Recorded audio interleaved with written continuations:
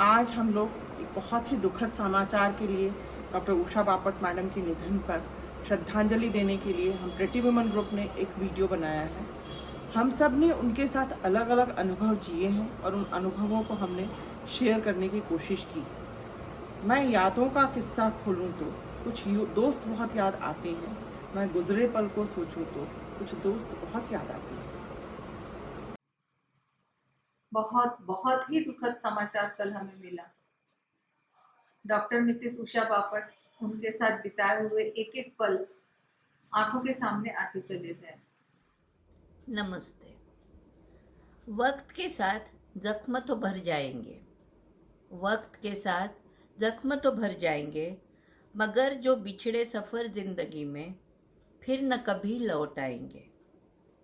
इन पंक्तियों के साथ मैं डॉक्टर अलका बाहेकर हमारी प्रिय बापट मैडम की दिवंगत आत्मा को भावपूर्ण श्रद्धांजलि अर्पित करती हूँ। कम है। वो बहुत ही सच बोलती थी और हमेशा सच का साथ देती थी। जब हम पहली बार गोंदिया आए और मैडम से मिले तो वो काफ़ी खुश थी कि उन्हें कोई क्वालिफाइड एनेस्थेटिस्ट मिला है।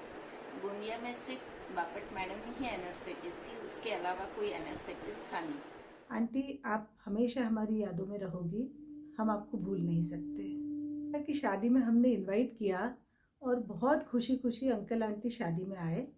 उसके बाद निशु के पुणे के घर का वास्तु था और हम लोग पुणे गए थे। आंटी को पता चला, उन्होंने हमको अपने घर इनवाइट किया और इतने प्यार से खाना खिलाया, सबको बुला के हमको लंच पे बुलाया था। और मेरे ख्याल से वो हमारी आखिरी मुलाकात थी। Sudden demise. She was a mentor to many of us. I liked her philosophy of life, attachment with detachment. Though she loved everyone, but at the same time could remain detached. I still remember her love for embroidery. She had good collection of saris with embroidery and shuttle work. My elder daughter Pradnya learned embroidery from her. कुछ यादें, कुछ बातें और कुछ लोग भुलाए नहीं जा सकते। कुछ ऐसी ही थी उषा बापट मैडम, गोंदिया फॉक्सी की first president. It is very sad to know that Bapat madam has left for a heavenly abode. When we came to Gondia, sir and madam helped us a lot. She was not only a very good doctor, but also a very good human. Madam का loss हम सबके लिए बहुत ही दुखद है। Madam का loss हम लोगों के लिए पर्सनल फैमिली लॉस है। मैडम हमारे बीसी ग्रुप के भी बहुत अच्छे मैडम फाउंडर ही थे उसके। मैडम ने हमको बहुत कुछ सीख दे के गए हैं। मैडम की जो सीख है उसे हम अपने ज़िंदगी में ध्यान में रखकर ज़िंदगी में आगे बढ़ते रहेंगे। मैडम को हम सभी के तरफ से यूँ तो प्रॉपर गोंदिया की होने की वजह से मैडम की तारीफ मैं बहुत पहले से सुनती आई थी, लेकिन जब मैं पहली बार मैडम से मिली तब मुझे समझ में आया कि मैडम ब्रेन और ब्यूटी का परफेक्ट कॉम्बिनेशन है। मैडम हमारी बीसी की फाउंडर मेंबर थी, जो कि आज तक बिना इंटरप्शन के वैसे ही चल रही है। शायद इस बीसी के द्वारा ही मैडम हमेशा हमारे दिलों में राज करेंगी। मेरे पापा बब्बू भाई और मेरे बड़े पापा अम्बू भाई शेठ, उनके मैडम और सर से फैमिली रिलेशन थे, इसलिए उनके थ्रू मैं मैडम से जुड़ी हूँ। मुझे किटी क्या चीज़ होती है इसके पहले कुछ अंदाज़ा नहीं था। किटी के द्वारा ही मैं सोशल होना सीखी और जो मुझे अभी भी जीवन में बहुत बहुत काम आता है। बापट मैडम की मेरी यादें काफ़ी धुंधली है, क्योंकि वो हमारे बीसी की फाउंडर मेंबर थी, सबसे सीनियर मोस्ट मेंबर, और मैं सबसे जूनियर, सबसे लास्ट। तो जब से गोंदिया आई और मैडम बापट जब तक गोंदिया में रहे, हमारा साथ बना रहा। कोई भी ओकेजन हो, चाहे कहीं शॉपिंग पे जाना हो, कोई पार्टी हो, किसी के घर जाना हो, मैरिज पार्टी हो, स्विमिंग हो, हर जगह हम साथ साथ रहते थे। उन्होंने एक बार मुझसे कहा था, अनीता, खुशियाँ ही खुशियाँ को खींचती हैं। अगर हम खुश रहेंगे तो खुशियाँ हमारी ओर खींच कर आएंगी। मैडम बहुत ज़्यादा कंसर्न थे, हर किसी के बारे में पूछते थे। अभी पिछले महीने ही मेरी उनसे बात हुई, उन्होंने सबके बारे में पूछा, हर बीसी मेंबर के बारे में पूछा, सबके बच्चों के बारे में पूछा। इतनी कंसर्न थी वो। बापट मैडम को भुला पाना तो नामुमकिन है। उनकी जैसी शख्सियत कभी कभार ही जन्म लेती हैं।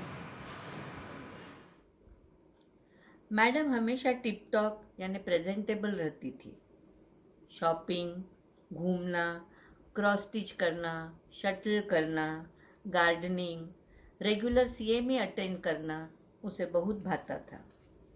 कहती थी कि बच्चों को खुद कोशिश करने दो, उन्हें प्यार दो, पर उनसे ज़्यादा इमोशनली अटैच मत हो।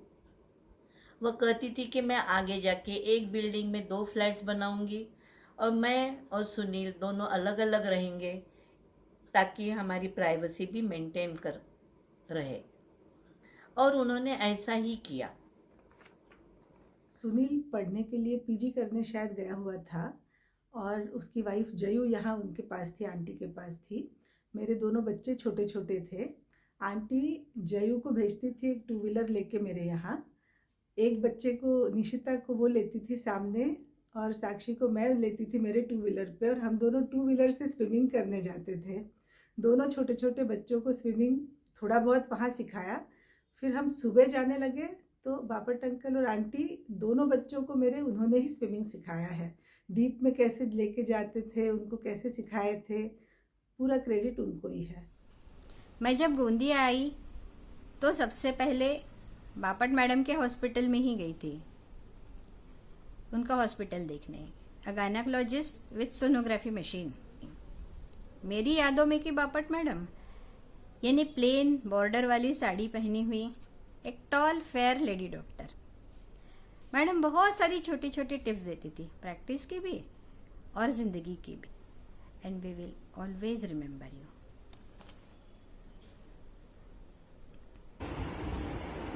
Bapat madam was a motherly figure for our whole family. She was very thorough in her knowledge. I fondly remember her, the way she took care of me during my ANC periods. She was truly called the doctor for all the doctors. Bapat madam के दुखद निधन पर भावपूर्ण श्रद्धांजलि। Madam ने हमारी BC शुरू की थी। हम लोग जब मैडम के घर जाते थे BC के लिए तो मैडम के घर में बड़ी सुंदर और ऊंची जुई की बेला थी, और मैडम ने हम सबको जुई के गजरे दिए थे। इस तरह से मैडम ने अपनी प्यार की खुशबू में हम सबको बांध के रखा, और इसी तरह से हमारी BC अब 21-22 साल की हो गई। मैडम को फिर से एक बार भावपूर्ण श्रद्धांजलि। किया गया था ग्रैंड सीता में जब कल्चरल प्रोग्राम हुआ तब, और उसमें उन्होंने कहा था कि मैं अभी आज के जो भी डॉक्टर्स हैं उन सबसे एक ही एडवाइस दूंगी उनको कि वो अपना रिटायरमेंट एडवांस में प्लान करें। जब हम प्रैक्टिशनर होते हैं तो हम सोचते ही नहीं कि हम जब रिटायर होंगे तब हम क्या करेंगे, लेकिन सबने अपना रिटायरमेंट एडवांस में प्लान करना चाहिए, ये उनका ओपिनियन था। और वो ये कहती थी कि मैंने भी एडवांस में प्लान किया और इसीलिए मेरा रिटायरमेंट पीरियड अच्छा जा रहा है। किसी एक के जाने से ज़िंदगी रुक नहीं जाती, पर ये कोई नहीं जानता कि लाखों के आ जाने से भी उस एक की कमी पूरी नहीं होती। आपको हर बीते साल के साथ उतनी ही शिद्दत से और तहे दिल से याद करते रहेंगे। आपको सादर नमन।